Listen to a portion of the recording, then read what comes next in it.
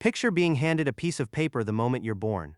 On it, a number, the probability you'll develop heart disease, the likelihood of early cognitive decline, a projected lifespan down to the decimal, and then, based entirely on that paper, someone decides what you're allowed to want. That's not a metaphor, that's Gattaca. Andrew Niccol's 1997 film opens in a world where genetic sequencing has become the social infrastructure, not a tool but the foundation everything else sits on top of.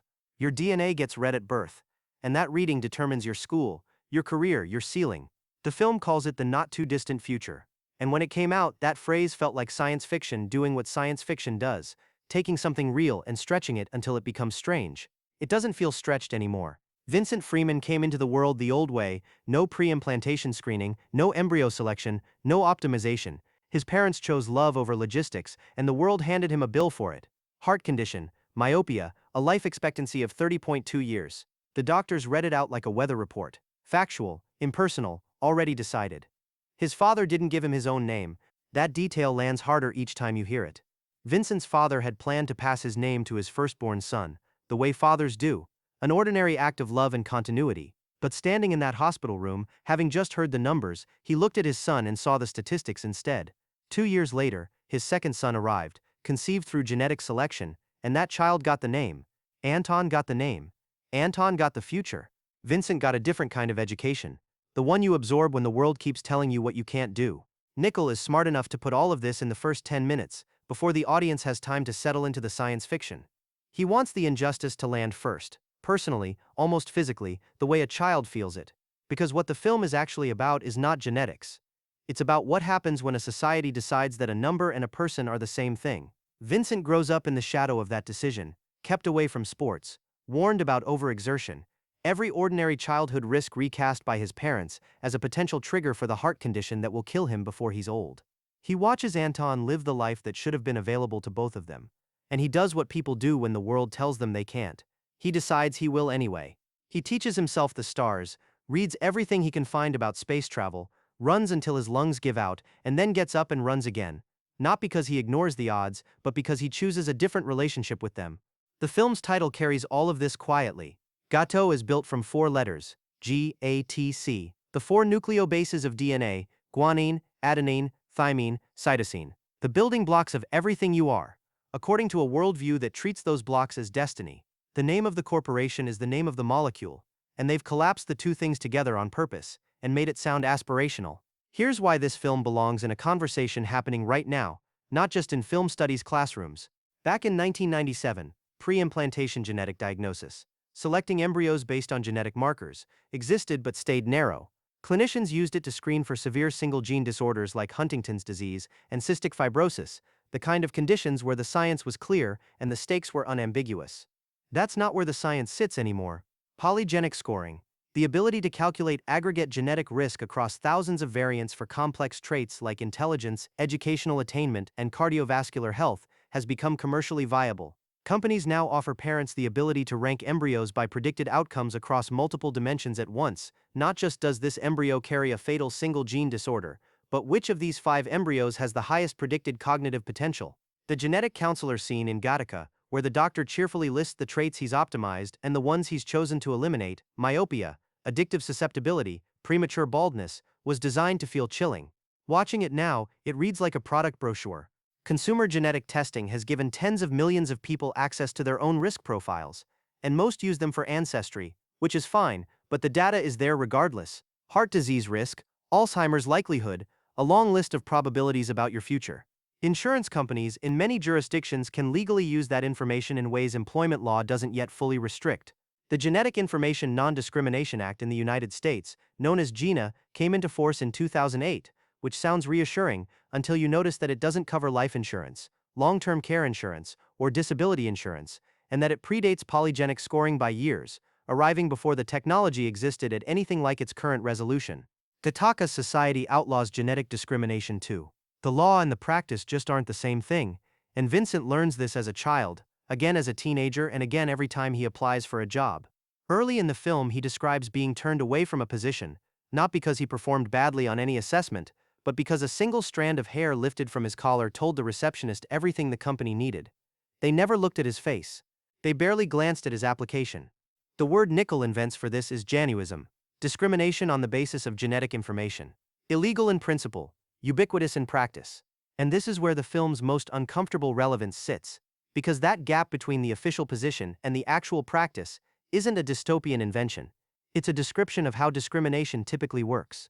You outlaw the thing, and the thing continues, wearing different clothes. Genetic tests in Gattaca's world appear everywhere. A blood drop at a job interview, a cheek swab before a first date. What makes it quietly horrifying is how completely normalized it is. Nobody in this world believes they're doing anything wrong, because the system didn't arrive overnight. It grew gradually, one reasonable step at a time, until it became the water they swam in. The film places two men at the center of the story, each destroyed by the system in their own way, and uses them to say something the bioethics conversation keeps dancing around. Vincent Freeman is the obvious case. Born without advantages, he works 3 times as hard just to reach the starting line, memorizing Jerome Morrow's medical history, his allergies, his mannerisms, and at one point having his legs broken and surgically extended to match the height on Jerome's identity documents. He describes taking his mind off the pain by reminding himself that when he stood up again, he'd be 2 inches closer to the stars. That line is half funny and half devastating, which is precisely the register the film lives in. Every morning he scrubs his skin to remove his own genetic trace, wears contact lenses over his imperfect eyes, carries vials of someone else's blood taped to his body for the daily ID tests. There's a phrase the film uses for what he's doing. A borrowed ladder. The double helix is a ladder, and he's climbing it on someone else's genetics. The detail seems almost too clever until you notice it's also just true. So much of what gets called meritocracy involves climbing rungs you didn't build, in structures you didn't design, on advantages arranged long before you had any say. Vincent is doing it literally, but Jerome Morrow is the one who stays with you. Jerome was engineered to be perfect, genetic quotient second to none, his broker advertises, and he means it as a selling point. Jerome swam competitively, built by science to excel, and he entered a major international competition and came in second. He got a silver medal, and then he threw himself in front of a car. Jerome didn't fail by any reasonable measure. He trained, he competed, he placed second in the world. The problem was that second place wasn't what he'd been designed for. From childhood, his identity had been assembled around a guarantee of excellence. He wasn't raised to be resilient, he was raised to be inevitable. When the inevitable didn't happen, when someone on the same starting line simply swam faster on that particular day, the entire architecture of Jerome's self collapsed. He tells Vincent that Jerome Morrow was never meant to be one step down on the podium, and the way Jude Law delivers that line, with the precision of someone who has rehearsed the bitterness until it's smooth, tells you everything about what that kind of expectation costs. Jerome has been carrying this for years. Drunk, immobilized, living in an apartment with a DNA-shaped spiral staircase he cannot climb, unable to reach his own upper floor. The production design is almost too precise about it. Jerome is genetically valid and spiritually demolished, while Vincent, the invalid, the throwaway, the probability, is the one climbing toward the stars. What Gattaca never states directly, but makes you feel in every single scene, is this. The real problem isn't the technology. It's the belief system underneath it. It's the decision to treat a prediction as a verdict. A polygenic score for cardiovascular risk is a probability, something statistically meaningful about a population, and something that tells you far less about any individual within that population. Jerome's genetic profile said he'd be the best swimmer in the world. It was wrong. Vincent's profile said he'd be dead by 30, his heart unable to sustain the demands he was placing on it, and yet he swam farther into the dark ocean than his genetically superior brother could follow, and when Anton started to drown, Vincent was the one who pulled him back to shore. This is actually the film's most precise scientific point, even though it never uses the language. Genetics is probabilistic. The technology in Gattaca's world, and increasingly in ours, has become very good at describing distributions and averages, and it has not become good at predicting individuals, because the individual isn't just their genome. They're their genome in an environment, over time, in relationship with everything that happens to them and everything they choose. The genes are the materials. They are not the building. The swim sequences carry this argument throughout the film. Each time Vincent and Anton play chicken, swimming out until one of them turns back, it's a direct challenge to genetic determinism. Anton, the valid, assumes he'll outlast his brother right up until the moment he can't, and Vincent doesn't beat him through some miraculous exception to biology. He beats him through a different relationship with risk.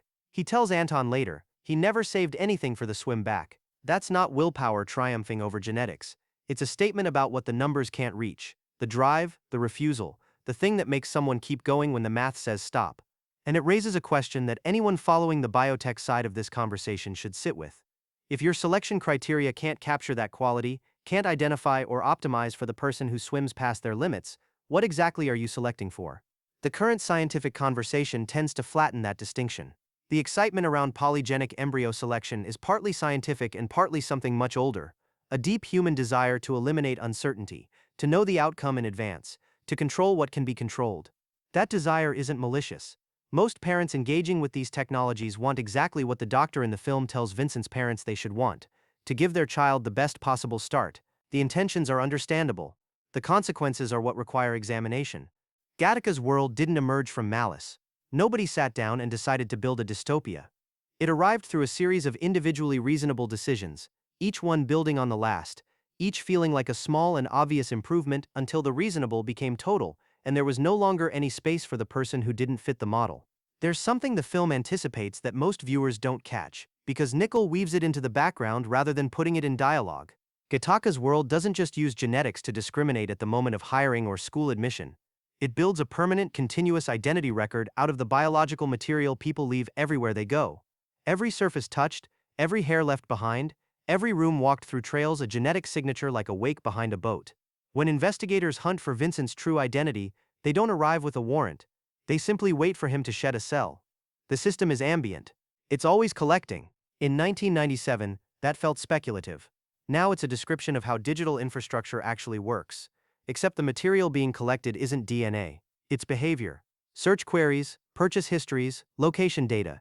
The apps that know what time you wake up because your phone's accelerometer registered that you stopped moving. The platforms that can infer your health status from your shopping patterns before you've mentioned anything to your doctor. The specific technology differs. The structure is identical. A permanent, ambient, continuously updated record of who you are, used to sort you, price you, and determine what you're allowed to access. And like Gattaca's genetic system, the modern version is mostly invisible, mostly normalized, and officially constrained by rules that practice regularly outruns.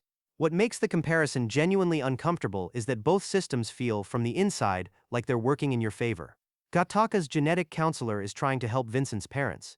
He believes in the optimization. The companies building data profiles today believe in the personalization.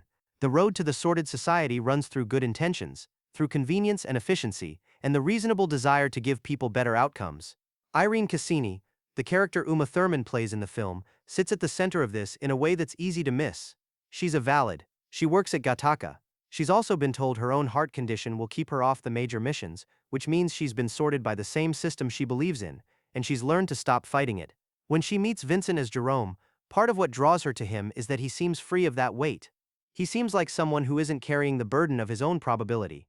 She eventually learns who he actually is, and what she does with that information is one of the quietest and most powerful choices in the film. She doesn't report him. She doesn't pretend the deception away. She walks alongside it, because she's been close enough to the edge of the system to understand that the edge is not where the truth lives.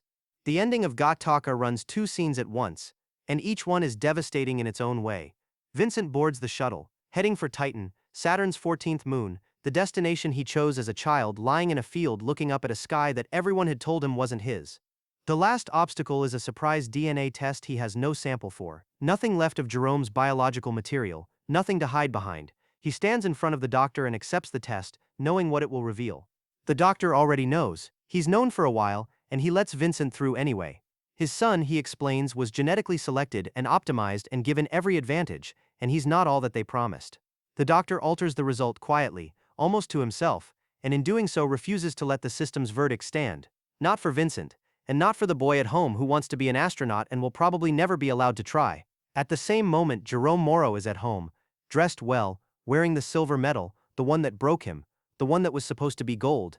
He climbs into his home incinerator and closes the door. He leaves Vincent an envelope to open in space, and when Vincent reads it, he finds a lock of Jerome's hair. Not a DNA sample, not a resource, just a piece of himself to carry into the dark, a human gesture at the end of a life that had been treated as a product since the moment it was designed. In the flames, the silver metal turns gold. Jerome finally gets the gold, but only by burning, only by leaving the world that demanded it of him. Vincent carries a piece of him upward, into space, into whatever comes next, somewhere far enough from the system that maybe a person can be something other than their probability. Niccol shoots both sequences with the same unhurried care, refusing to choose between them, refusing to tell you which one to feel more. Two rockets launch in the same moment, and the film leaves you sitting with the weight of both. What the film won't allow is the tidy reading that Vincent's success disproves the system. He reached space, yes, but he reached it by inhabiting someone else's identity for years at enormous personal cost, sustained by the willing self-erasure of a man so crushed by the system's expectations that he had no use for his own life anymore. The victory is real, the cost is real, and the system is still running, still sorting the next generation, still reading the numbers and drawing its conclusions. The thing Gattaca insists on, quietly, through every scene, is that the numbers are not the person. Something lives in the space between the probability and the outcome that the model cannot reach, and whatever that thing is, the drive, the character, the refusal to save anything for the swim back, it's exactly what matters most, and exactly what every sorting system, genetic or algorithmic, is built in such a way that it cannot account for. If you've spent any time following the conversations around CRISPR gene editing, consumer genetic testing, or polygenic embryo selection, Gattaca will hit you somewhere new this time. Not as science fiction, as a document. Niccol isn't arguing that the technology is evil, or that the research should stop. He's making a subtler and harder case, that the technology will only be as wise as the assumptions loaded into it, that every tool built to optimize for something will also discount everything it can't measure, and that what it can't measure is often what matters most. Near the beginning of the film, Vincent's parents are watching their second son being optimized, and the mother hesitates. She says she'd like to leave some things to chance. The doctor smiles, warmly and professionally, and tells her, "You want to give your child the best possible start. We have enough imperfection built in already." That sentence has been sitting in the barrel for nearly 30 years. It's ready now. Watch Gattaca tonight. Come back here and tell me where you think the line is between selecting against a fatal disease and selecting for cognitive potential, between eliminating suffering and eliminating variance, between giving your child the best possible start and deciding in advance what kind of start is best. The film ends with Vincent in space and Jerome in the fire, and it doesn't say who made the right choice. It doesn't say if there was one. That question is still ours to work out, and the window for working it out is narrowing faster than most people realize. I'd genuinely like to hear where you stand.